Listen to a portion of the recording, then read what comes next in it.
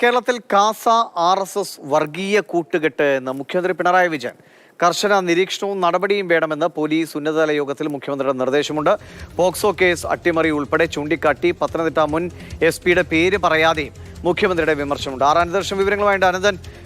കാസ ഏറെക്കാലങ്ങളായി RSS അനുകൂല അല്ലെങ്കിൽ BJP അനുകൂല നിലപാടെടുക്കുന്ന ഒരു ക്രിസ്ത്യൻ സംഘടനയാണ്. ഇപ്പോൾ എന്താണ് ഈ RSS കാസ ബന്ധം എന്ന നിലയ്ക്ക് മുഖ്യമന്ത്രി പറയാൻ കാരണം? എന്ത് നടപടിയാണ് ആലോചിക്കുന്നത്?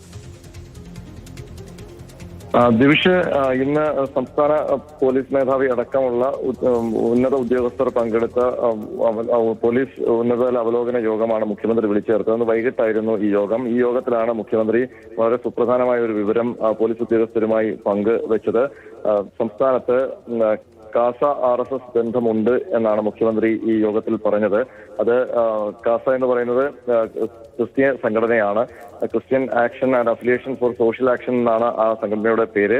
ആ സംഘടനയും RSSും തമ്മിൽ ഒരു ബന്ധം കുറെ കാലമായി ഉണ്ട്. അത് സംബന്ധിച്ച് അതിനൊരു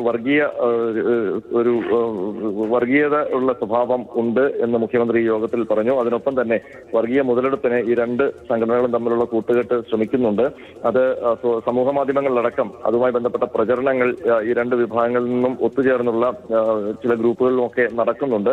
അതുകൊണ്ട് സോഷ്യൽ മീഡിയയിലും അതല്ലാതെയും ഇത്തരം ആൾക്കാരെ കേന്ദ്രീകരിച്ച് നിരീക്ഷണം അടക്കം പോലീസ് നടത്തണം എന്നുള്ള നിർദ്ദേശമാണ് മുഖ്യമന്ത്രി യോഗത്തിൽ പറഞ്ഞത്. അതിനൊപ്പം തന്നെ ഏതെങ്കിലും തരത്തിലുള്ള നിയമവിരുദ്ധ പ്രവർത്തനം കണ്ടാൽ, സോഷ്യൽ മീഡിയയിലടക്കം കണ്ടാൽ അതിൽ ഉടൻ തന്നെ പോലീസ് നടപടിയെടുക്കണമെന്നും പറഞ്ഞു.